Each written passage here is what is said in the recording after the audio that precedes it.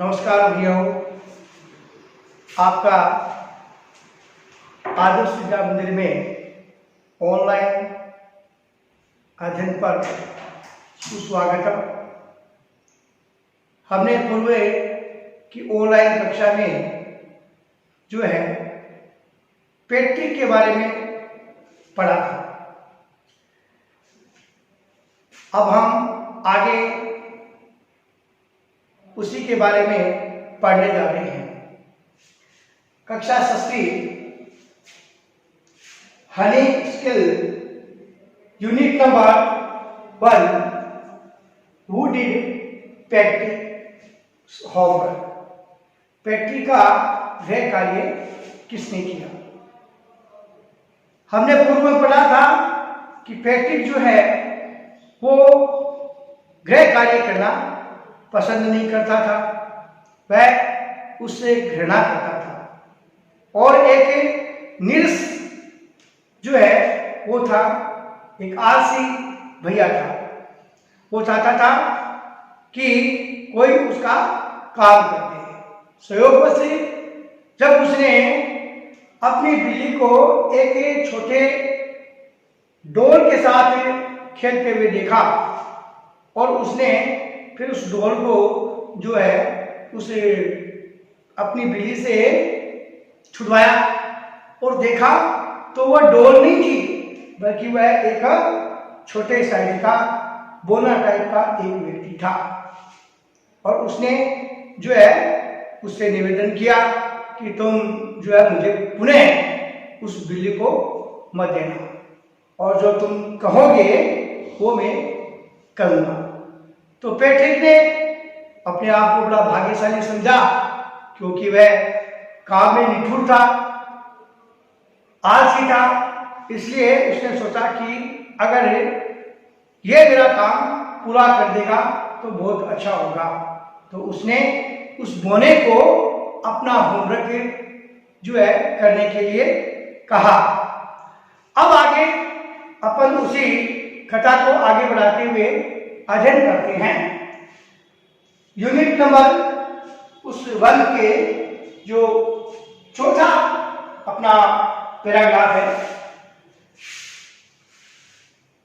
The little man's face wrinkled like a dishcloth thrown in the hamper.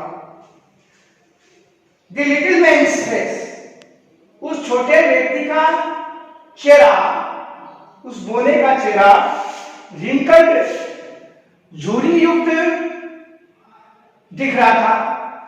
कैसे? like a dishcloth thrown in a the hamper, जैसे एक कपड़े, जिस बर्तन धोने का कपड़ा होता है, उस कपड़े को जो है सेकंडबार जो है डस्टबिन में फेंक दिया जाता है, उसकी भांति उसका जो चेहरा है वो झुर्री युक्त था, अर्थात जो है चिंता युक्त था।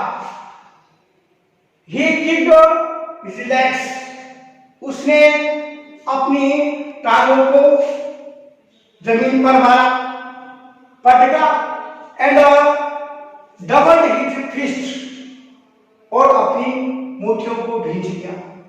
And he grimaced and scowled and thrust his lips. Oh, am I crushed? But I will do. He kicked his legs, उसने अपनी टांगों को जो है जमीन पर मारा। डबल्ड हिज फिस्ट, फिर से अपनी मुट्ठी, अपनी मुट्ठियों को भींच लिया, अर्थात डबल कर दिया।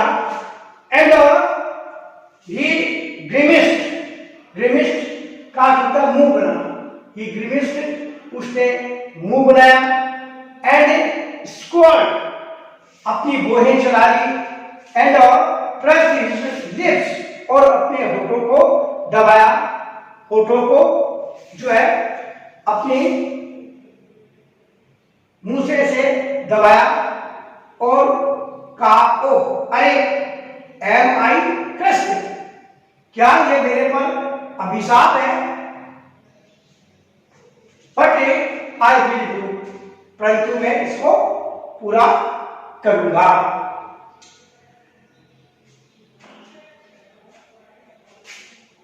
And true to his word, and true to his word, अपने वचन को पूरा करने के लिए, अपने वचन के पक्के उस बोले that little elf began to do homework, वह छोटा बोना जो है गृह कार्य करना प्रारंभ कर दिया, गृह कार्य करने लग गया।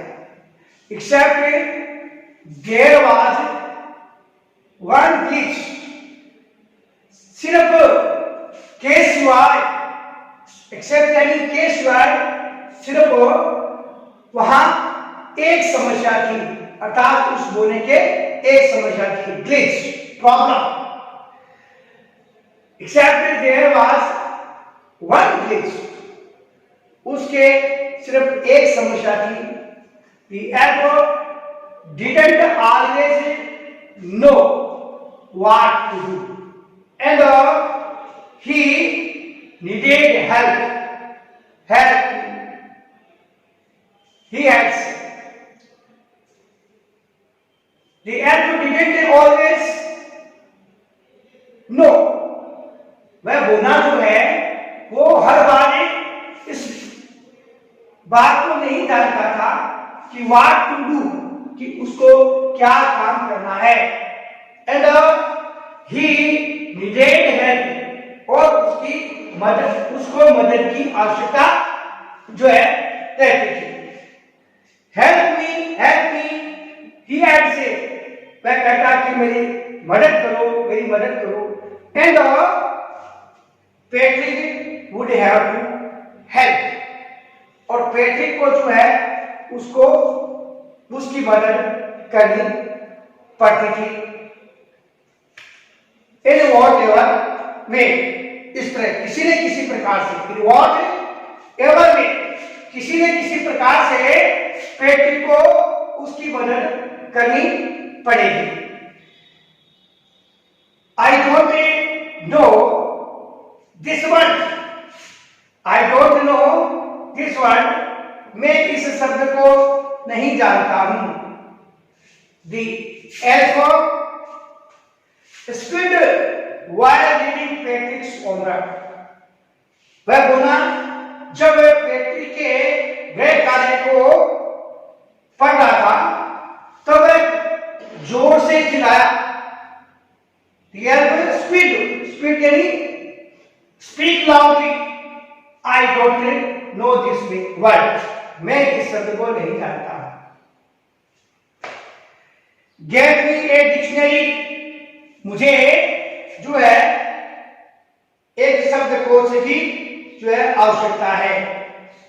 नो, वो सीमन बेटर नहीं, इससे ज्यादा बढ़िया होगा लुक अप द वर्ड, कि तुम जो है शब्द को ढूंढो। लुक अप ढूंढना, लुक अप द वर्ड, तुम शब्द को जो है ढूंढो।